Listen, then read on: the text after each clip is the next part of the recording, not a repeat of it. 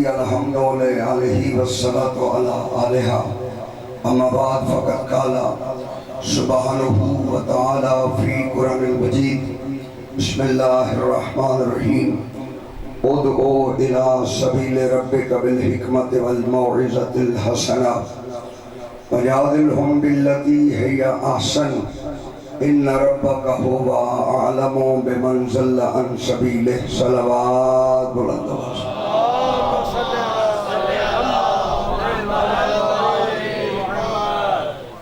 خالق کائنات اپنی مقدس نائب کتاب میں ارشاد فرما رہا ہے ادعو الی سبیل ربک، میرا مصطفیٰ انہیں دعوت دو، انہیں بلاؤ اپنے رب کی سبیل کی طرف بالحکمت، میرا مصطفیٰ جب سبیل کی طرف بلانا ہے تو بڑی حکمت کے ساتھ، بڑی دانائی کے ساتھ بلانا ہے۔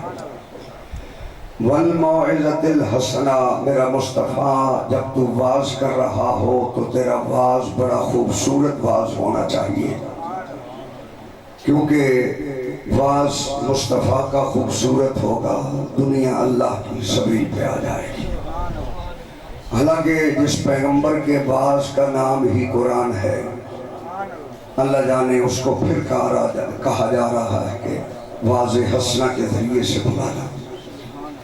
وَجَادِلْهُمْ بِالَّتِي هِيَ أَحْسَنُ، میرا مصطفیٰ اگر کوئی جھگڑا کرے، تکرار کرے، بحث کرے تو میرا مصطفیٰ تو نے اس سے جھگڑا نہیں کرنا، بلکہ احسن لہجے میں اسے سبیل کی دعوت دینی۔ ان ربک هو اعلم بمن ضل عن سبیلہ، اللہ کہتا ہے یقیناً تیرا رب بہتر جانتا ہے کہ کون کون اس کی سبیل سے ہٹا ہوا ہے۔ پروردگار بھی جانتا ہے کہ کون کون سبیل پہ نہیں ہے، مصطفیٰ بھی جانتا ہے کہ کون کون سبیل پہ نہیں ہے۔ توجہ میری طرف رکھنی ہے، میں نے بات کا آغاز کر دیا۔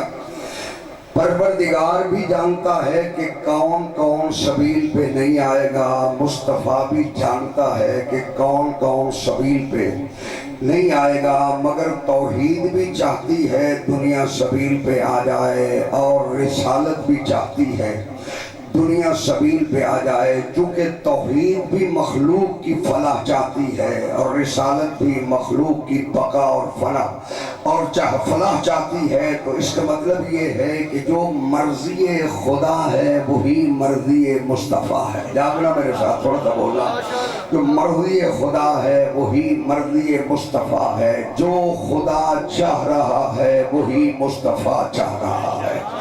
لہذا پروردگار یہ چاہتا ہے کہ دنیا سبیل پہ آ جائے۔ میرے پروردگار کا میں ایک جملہ کہنے لگا ہوں، پروردگار بھی جانتا ہے کہ دنیا میں کون کون سبیل پہ نہیں آئے گا، وہ کہہ تو رہا ہے کہ متقی بنو پھر جنت ملے گی۔ بولو صحیح میرے ساتھ، یہ تو اس کا فرمان ہے کہ پہلے کلمہ پڑھو جنت ملے گی، متقی بنو گے تو جنت ملے گی، مومن بنو گے تو جنت ملے گی۔ یہاں بھی کہہ رہا ہے کہ سبیل پہ آؤ گے تو جنت ملے گی، سبیل کو چھوڑو گے تو جہنم ملے گی۔ معلوم ہوا سبیل پہ آنے لگی، اور یہ نبی جانتا اس لیے ہے کہ پروردگار کہہ رہا ہے وَمَا يَعْلَمُ تَعْوِيلَهُ إِلَّا اللَّهُ وَالرَّاسِخُونَ فِي الْعِلْمِ۔ جو فرمانی اللہ کہہ رہے وَمَا يَعْلَمُ تَعْوِيلَهُ إِلَّا اللَّهُ وَالرَّاسِخُونَ فِي الْعِلْمِ۔ میں ایک نتیجہ دینا چاہتا ہوں اس آیہ مبارکہ کے، یہ میں آپ نے بار بار سنی ہے مگر ایک نتیجہ دینا چاہتا ہوں۔ اللہ کہتے ہیں وَمَا يَعْلَمُ تَعْوِيلَهُ، کوئی بھی اس کی تعویل کو نہیں جانتا۔ جب وہ خود کہہ رہا ہے کہ کوئی نہیں جانتا اور اپنا کہا الا اللہ، سوائے اللہ کے، اب اگر سوائے اللہ کے کوئی نہیں جانتا پھر وہ راسخون فی العلم کون ہے؟ یہی تو قرآن کہہ رہے ہیں راسخون فی العلم، یا وہ جانتے ہیں جو علم میں راسخ ہیں۔ تو کم از کم کوئی تو اس نے ایسے بنائے ہیں کہ جو اس کے پورے علم کو جانتے ہیں، اگر وہ نہ جانے تو اس کے علم کا فائدہ ہی کیا ہے جس کا اظہار نہ ہو سکے۔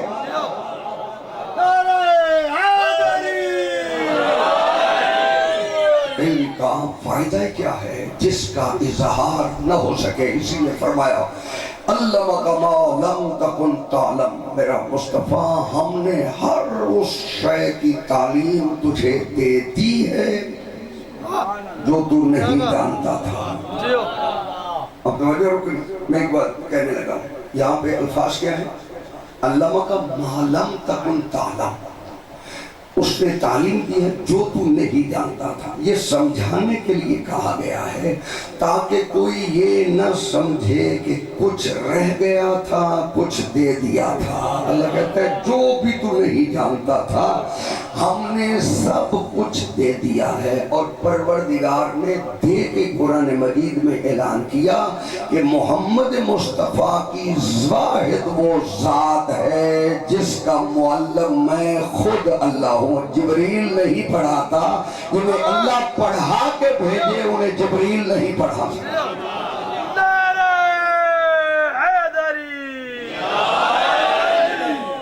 اسی لیے فرمایا علمک ما لم تکن تعلم، میرا حبیب ہم نے ہر اس شے کا علم تجھے دے دیا جس کو تو نہیں جانتا تھا۔ چلو میں اور آسان کر دیتا ہوں، اگر پیغمبر اکرم کچھ جانتے تھے کچھ نہیں جانتے تھے، پھر علی اپنے آپ کو شاگرد محمد کہتا ہے، وہ تو کہہ رہے سلونی سلونی قبل ان تفقدونی، علی سے جو پوچھنا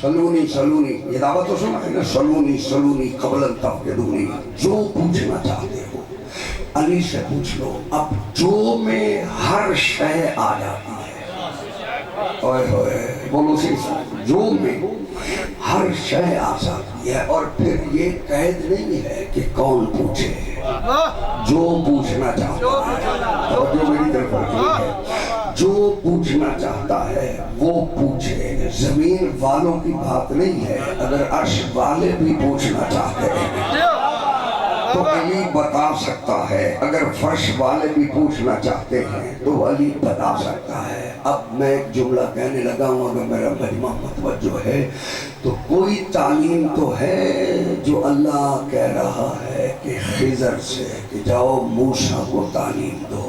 معلوم ہوا موسیٰ وہ نہیں جانتے تھے جو خضر جانتا ہے۔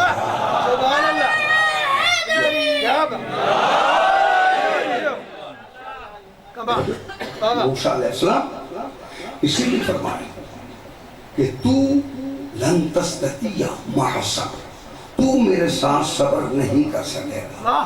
معلوم خضر بھی جانتا ہے کہ موسیٰ کا علم اور ہے، خضر کا علم اور ہے، اور میری طرف فرق نہیں ہے۔ اب بات یہاں تک میں کرنے کے لیے جسارت کر رہا ہوں تو اگر موسیٰ کو بھی پوچھنا پڑے تو علی کا دعویٰ سلونی تو ہے۔ موسیٰ بھی اگر سوال کرے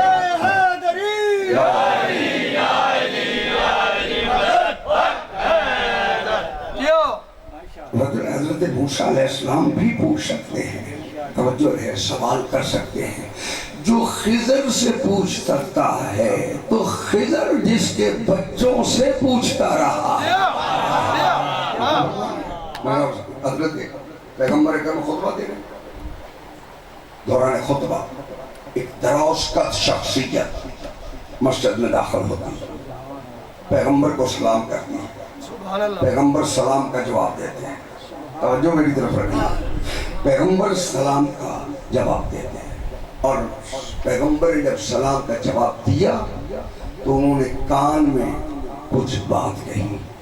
پیغمبر کی گود میں حسن بیٹھے تھے، مجھے میری طرف مولا سلامت رکھے، پیغمبر اکرم کی گود میں امام حسن بیٹھے تھے۔ پیغمبر اکرم نے حسن کی طرف اشارہ کیا۔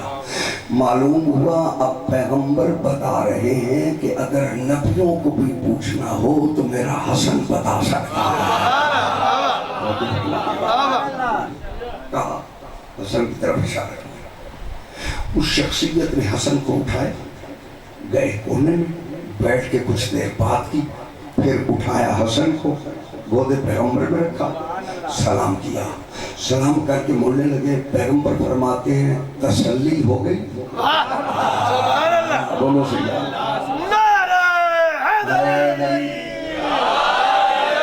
پیغمبر اکرم فرماتے ہیں تسلی ہو گئی؟ فرمایا ہاں تسلی ہو گئی۔ جب وہ چلے گئے تو جو مجمع بیٹھا تھا انہوں نے پوچھا کہ یا رسول اللہ یہ کون تھا؟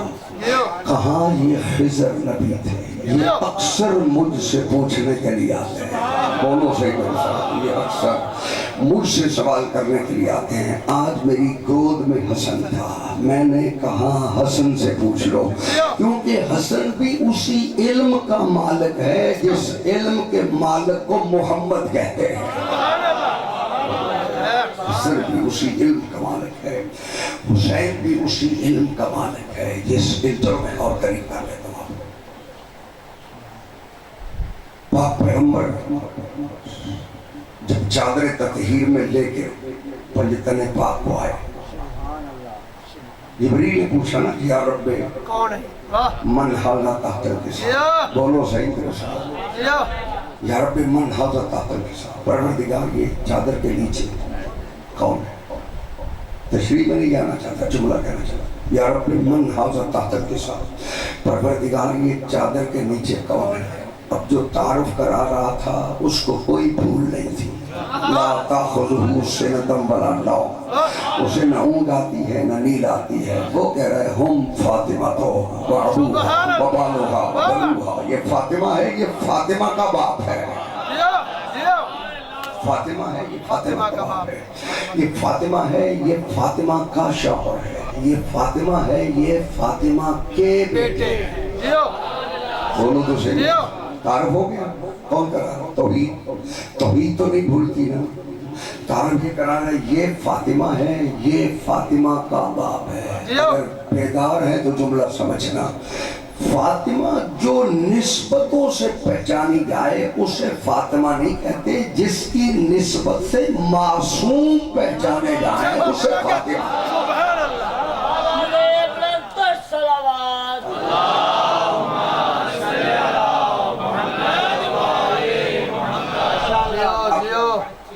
جس بات کے لیے میں نے یہ جملہ کہا، پرکار ہے نا، پرکار، وہ سکول 2-4 دن گئے ہیں، پرکار کے بارے میں تو جانتے ہیں، سینٹر پر ٹھیک ہے، ٹھیک، پرکار کو یہاں رکھو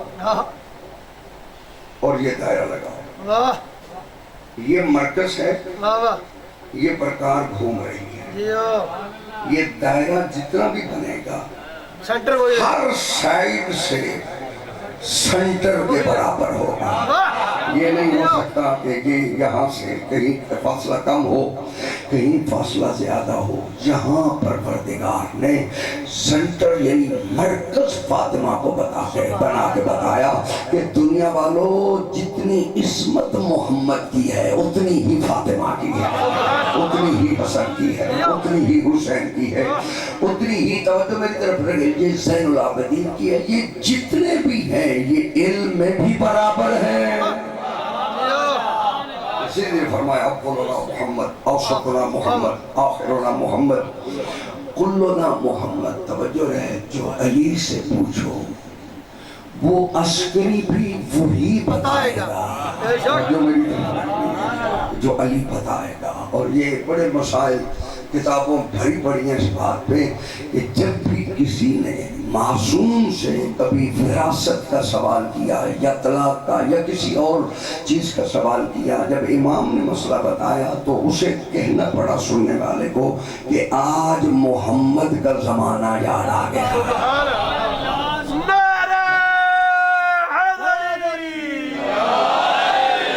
لہذا پروردگار کا جتنا علم ہے، جتنا پروردگار میں علم ہے، اب پورا علم جو ہے وہ پروردگار میں قرآن میں رکھا ہے۔ سبحان اللہ، توجہ ہے سب تھکے ہوئے تو مختصر کر لیں۔ ماشاءاللہ، تکبیر، اللہ اکبر، رسالہ،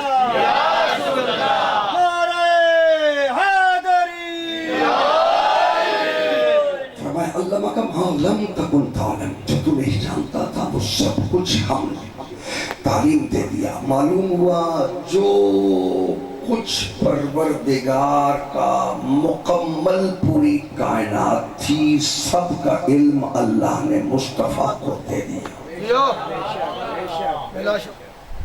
قریب آنے کی کوشش کریں گے بات کو، جتنا بھی علم تھا، کیونکہ اگر کوئی ایسا علم رہ جائے جو مصطفیٰ کو نہ پتا ہو اور خدا کو پتا ہو، پھر یہ ذات کیا ہے اس کا تعارف ہے ہی اس سے۔ اس نے چاہا کہ میں پہچانا جاؤں، بولو صحیح میرے ساتھ، اس نے چاہا کہ میں پہچانا جاؤں، اس کو خلق فرمایا۔ جب خلقی اپنی پہچان کے لیے اس کو کیا ہے تو پھر اس کا جتنا علم ہے پہچانا اس سے جائے گا، جو ہے اس کا جتنا فضل ہے پہچانا اس سے جائے گا، جو بھی اس کے کمالات ہیں پہچانے اس سے جائیں گے۔ لہذا یہ ذات وہ ہونی چاہیے۔ چلو میں اور آسان کر دیتا ہوں، قرآن سے بھی اللہ نے میرے مصطفیٰ کو افضل بنایا ہے۔ میں نے ویسے بات نہیں کی، منبر پہ بیٹھا ہوں، میں دلیل دیتا ہوں۔ قرآن ہدایت ہے، نبی ہدایت دینے والا ہے۔ جی اور سلامت رہو۔ قرآن میں حکمت ہے، نبی حکمت سکھانے والا ہے۔ جاگنا میرے ساتھ، قرآن رحمت ہے، مصطفیٰ رحمت للعالمین ہے۔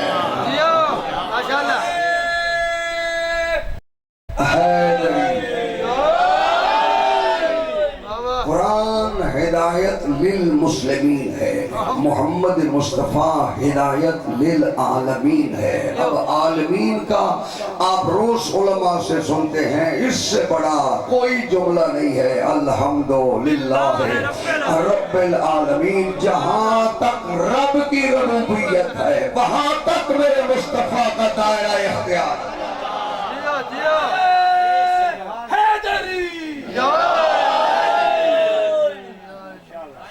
اللہ کی ربوبیت ہے، وہاں تک میرے مصطفیٰ کا دائرہ ہے۔ لہذا پروردگار نے ارشاد فرمایا علمک ما لم تکن تعلم، اور آج تک دنیا نہیں دکھا سکی کہ ان 14 میں سے کسی سے سوال کیا گیا ہو اور انہوں نے کہا کل پوچھ لینا۔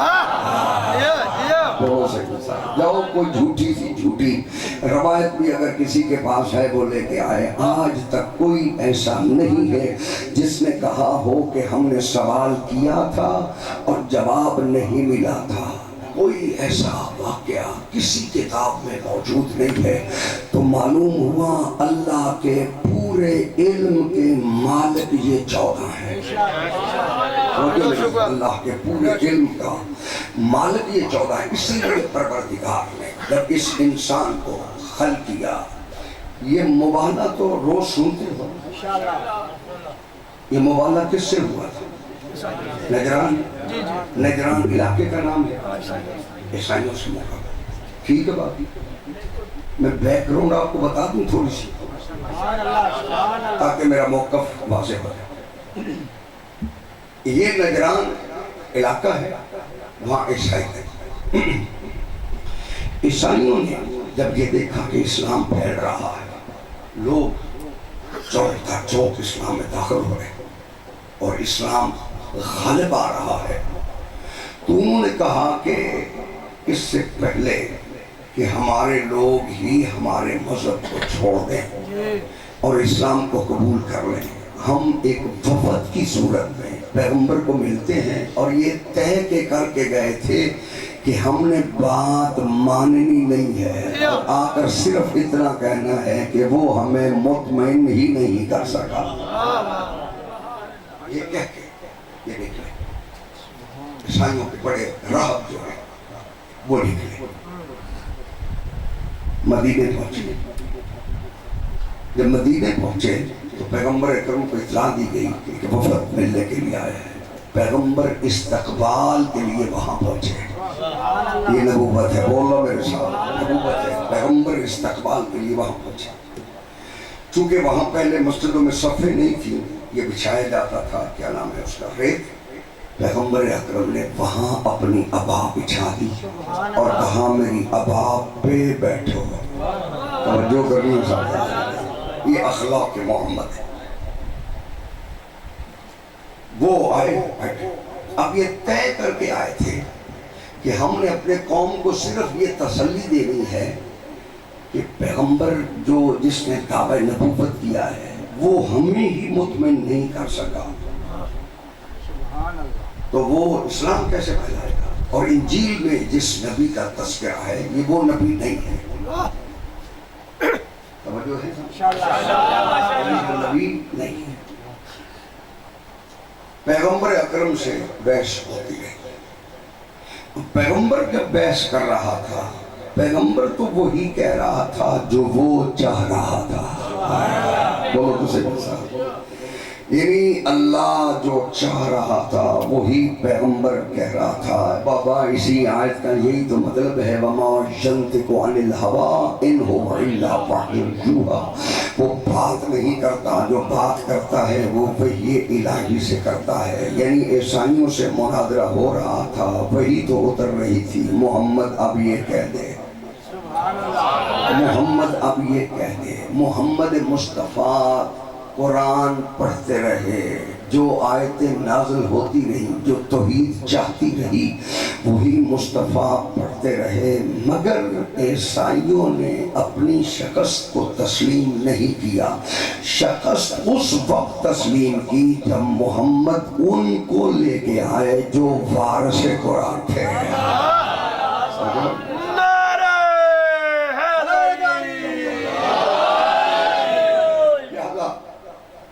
مختصر کر پاک پیغمبر سے، کیونکہ انہوں نے کہا تھا کہ ہم نے بحث ہی کرنی ہے، ماننا نہیں ہے۔ پیغمبر اکرم جب بات کرنے لگے اپنی بھائی پہ، پیغمبر اکرم نے حضرت عیسیٰ علیہ السلام کے فضائل پڑھنے شروع کیے۔ جاوینا میرے ساتھ، پیغمبر اکرم نے حضرت عیسیٰ علیہ السلام کے فضائل پڑھنا شروع کیا۔ اور فضائل اگر پڑھنے والا مصطفیٰ ہو، پڑھ بھی نبی کے رہے ہو، بولو صحیح میرے ساتھ، عام بندہ فضائل پڑھے تو دانت یعنی خوش ہوتے ہیں لوگ، اللہ جانے جب محمد مصطفیٰ فضائل پڑھ رہے ہیں۔ اب یہ پریشان ہوئے کہ ہم تو یہ سوچ کے آئے تھے، پیغمبر نے فضائل پڑھنے شروع کیے، جب فضائل پورے 54 پہ پیغمبر اکرم نے پڑھے اور آخر پہ کہا ہاں ذرا عیسیٰ علیہ السلام عبادت میں کمزور تھے، بولو صحیح میرے ساتھ، عبادت میں کمزور تھے۔ اب جب کہا نا عبادت میں کمزور تھے، بڑا پادری کھڑا ہوا، اس نے کہا یہ آپ نے کیسے کہا کہ وہ عبادت میں کمزور تھے؟ تو وہ تو ایسی عبادت کرتے تھے، اتنی عبادت کرتے تھے، یہ کرتے تھے، یعنی ساری عبادت کے جتنے فضائل تھے اس نے پڑھا۔ ایک بیٹھا دوسرا کھڑا ہو گیا، اس نے فضائل پڑھے، جب سارے ساتھ کے ساتھ فضائل پڑھ چکے، میرے پیغمبر اکرم نے کہا جو تم سوال لے کے آئے تھے اس کا جواب تو تم نے خود دے دیا ہے، جو سوال تم لے کے آئے تھے اس کا جواب تم نے خود دے دیا۔ کہا جواب کیسے؟ کہا تم یہی کہنے آئے تھے نا کہ عیسیٰ جزو ہے اللہ کا، یعنی ابن اللہ ہے، جزو ہے تو عبادت جو کر رہا تھا وہ کس کی عبادت کر رہا تھا؟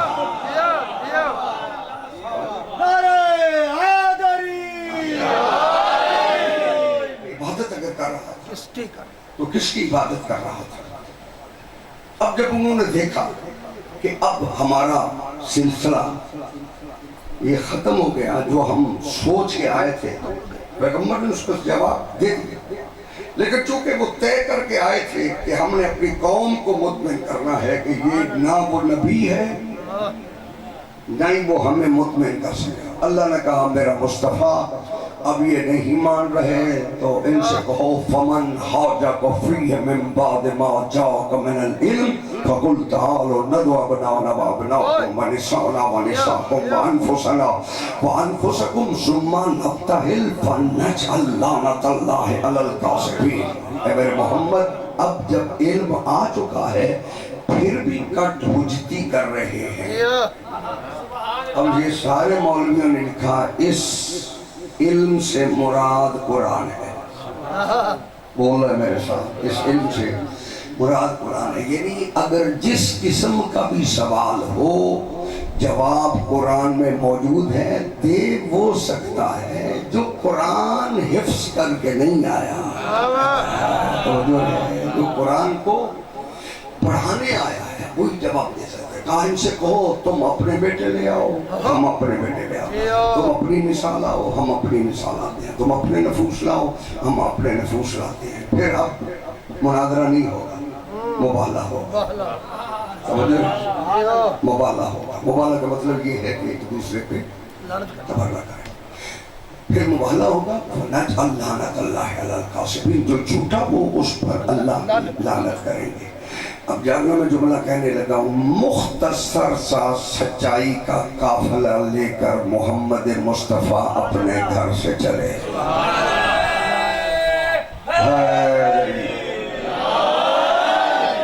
اب یہ سچائی کا قافلہ کون تھا؟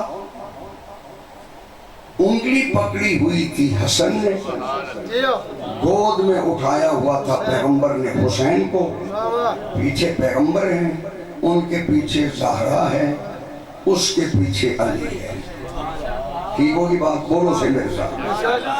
معلوم ہوا پروردگار ایک سچوں کی جماعت دکھانا چاہتا تھا کہ یہ اتنے سچے ہیں, ان کے مقابلے میں ہر آنے والا جھوٹا بھی ہے, لعنتی بھی ہے.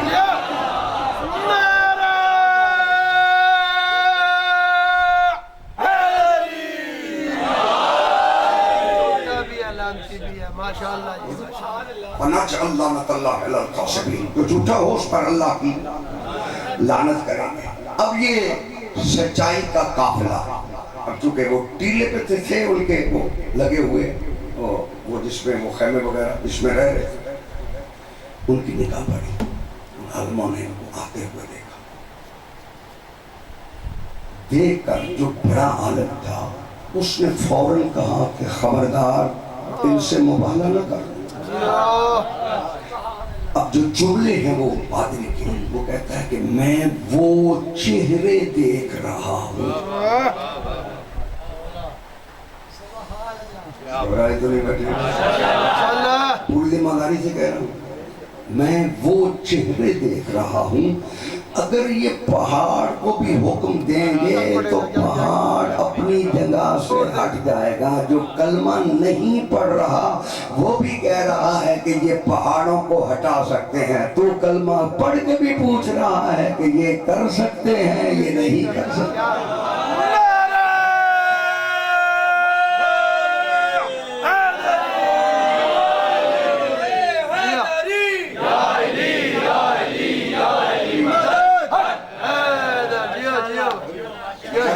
لعنت اللہ علی الکاذبین, جو جھوٹا ہو اس پر اللہ کی لعنت کریں گے. معلوم ہوا یہ لعنت کرنے کے لیے محمد یہ سچوں کا قافلہ لے کے نکلے, لیکن عیسائی سمجھدار نکلا. کیا بات ہے, بولنا میرے ساتھ. عیسائی سمجھدار نکلا کہ وہ ان کا مقابلہ چھوڑ کے لعنت سے بچ گیا. توجہ رہے. لہذا انہوں نے جزیہ قبول کیا کہ ہم جزیہ دیں گے, لیکن ان کے مقابلے میں وہ نہیں آئے. چونکہ عیسائی اس بات کو سمجھ چکا تھا اگر انہوں نے لعنت کی, لعنت نہ تو ہفتے کی ہوگی, نہ مہینے کی ہوگی, نہ سال کی ہوگی. یہ لعنت رہے گی قیامت تک. تو معلوم ہوا اصول بن گیا کہ عیسائی ہٹ کے لعنت سے بچ گیا. یزید احمق تھا, سامنے آ گیا, لعنت نے آج تک پیچھا نہیں چھوڑا.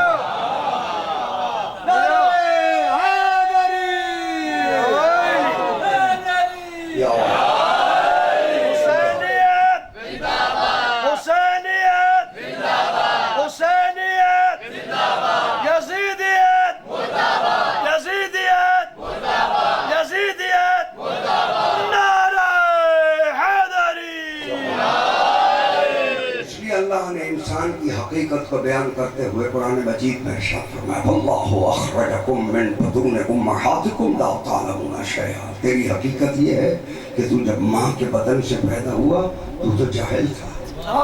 بولے میرے ساتھ لا تعلمون شیئا, تو کوئی شے بھی نہیں جانتا تھا. جعل لکم السمع والابصار والافئدہ لعلکم تشکرون. ہم نے تجھے آنکھیں دی, ہم نے تجھے دل دیا, ہم نے تجھے کان دیے تاکہ تو آنکھ کے ذریعے سے, دل کے ذریعے سے, توجہ میری طرف رکھنی ہے, کان کے ذریعے سے یہ ہم نے وسیلہ دیے تاکہ ان وسیلوں سے تو علم حاصل کرے. تیرا چھوٹا سا وجود بغیر وسیلے کے نہیں رہ سکتا. کائنات بغیر وسیلے کے چل رہی.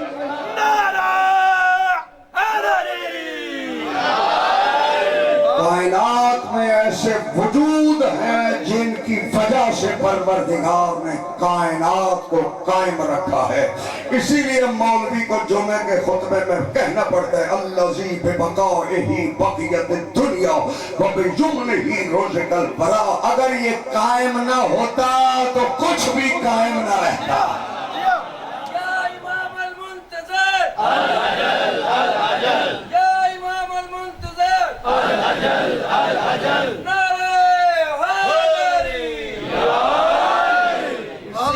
معصوم نے جب حجت کی تعریف کی فرمایا الحجت من لا یقول لا ادری. حجت اسے کہتے ہیں کہ جو کبھی یہ نہ کہے کہ میں یہ نہیں جانتا. بولو صحیح. الحجت من لا یقول لا ادری.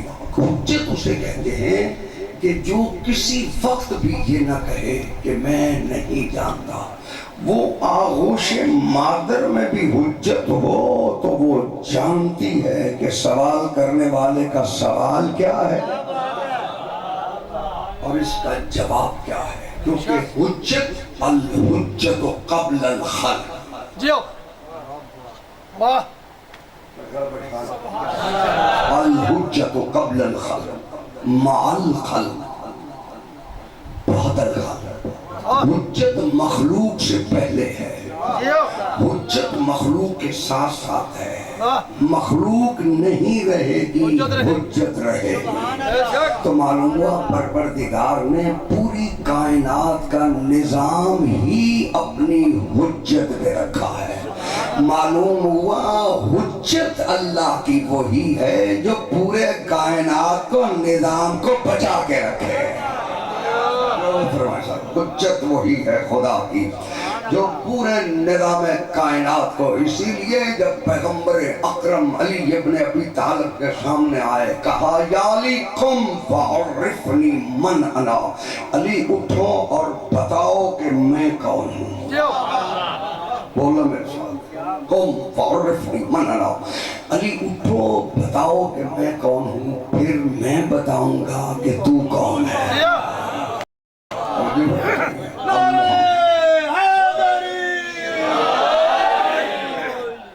قم فعرفنی من انا. علی اٹھو بتاؤ کہ میں کون ہوں, پھر میں بتاؤں گا کہ تو کون ہے. محمد بتا رہا ہے, علی بتا رہا ہے کہ محمد کیسا ہے. محمد بتا رہا ہے کہ علی کیسا ہے, کیونکہ علی محمد کو جانتا ہے, محمد علی کو جانتا ہے.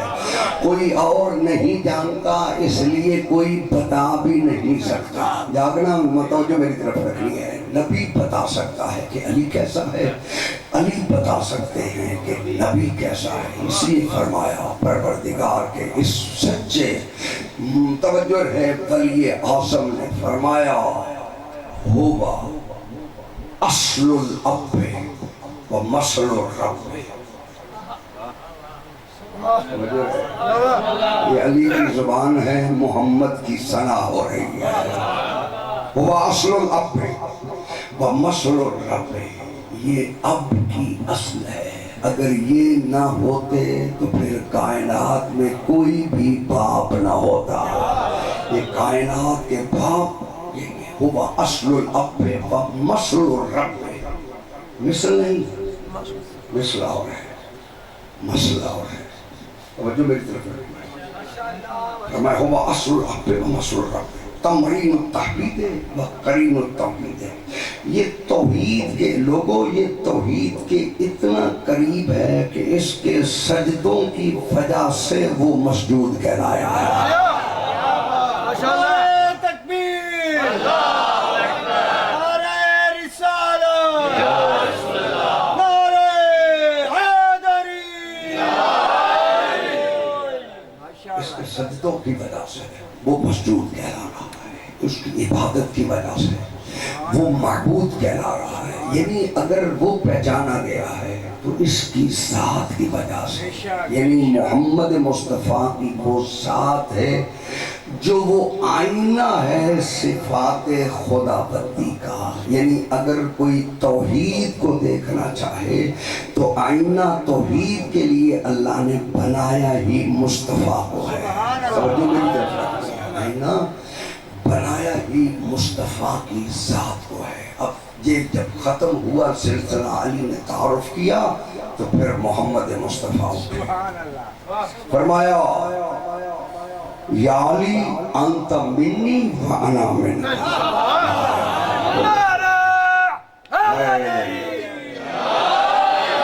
علی انت منی وانا منک، علی تو مجھ سے ہے میں تجھ سے ہوں، علی انت منی وانا منک، علی تو مجھ سے ہے میں تجھ سے ہوں۔ اس کا مطلب یہ ہے کہ جیسا تو ہے، بولو سے جیسا تو ہے ویسا میں ہوں، تو مجھ سے ہے میں تجھ سے ہوں۔ نعرہ حیدری، یا علی حق حیدر، تو مجھ سے ہے میں تجھ سے ہوں۔ یا علی انت یعصوب الدین، علی تو میرے دین کا یعصوب ہے۔ سبحان اللہ، یا علی انت قطب بین السماء والارض، تو زمینوں اور آسمانوں کے درمیان با منزلہ قطب ہے۔ یہ زبان میرے مصطفیٰ کی، فرمایا انت یعصوب الدین، علی تو میرے دین کا یعصوب ہے۔ اجازت دو کہ بچوں کو سمجھا دوں یعصوب شاہ جی اس ملکہ مکھی کو کہتے ہیں جو سارے چھتے کی سردار ہوتی ہے۔ توجہ ہے؟ اس ملکہ مکھی کو کہتے ہیں جو سارے چھتے کی سردار ہوتی ہے۔ علم حیوانات والوں نے جتنی بھی بحثیں کی ہیں انہوں نے فرمایا کہ یہ کبھی بھی پھولوں پہ رس لینے نہیں جاتی، باقی مکھیاں جاتی ہیں، یہ اپنے چھتے میں بیٹھ کے ان کے آنے کا انتظار کرتی ہیں، اگر پاکیزہ جگہ سے اٹھ کے آئے تو چھتے میں آنے کی اجازت دیتی ہے، اگر کسی نجس مقام سے اٹھ کے آئے تو اسے چھتے میں آنے نہیں دیتی۔ صبح کے وقت کبھی موقع ملے تو جہاں شہد کا چھتا لگا ہوا ہو اس درخت کے نیچے جانا، کچھ مکھیاں آپ کو کٹی ہوئی ملیں گی، وہ کاٹتی ملکہ ہے کیونکہ وہ نجس مقام سے اٹھ کے آئی ہے۔ فرمایا محمد فرما رہے ہیں علی تو میرے دین کا یعصوب ہے، اس لیے میں نے معیار یہ قائم کیا ہے کہ تیری محبت میں ہے تو حلالی ہے، تیرے بغض میں ہے تو حرامی ہے۔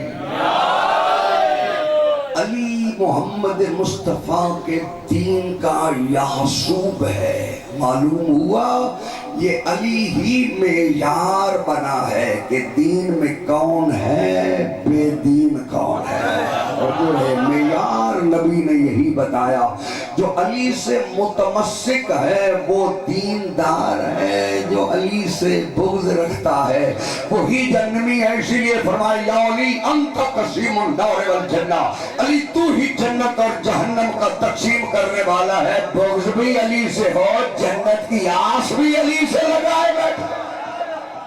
نعرہ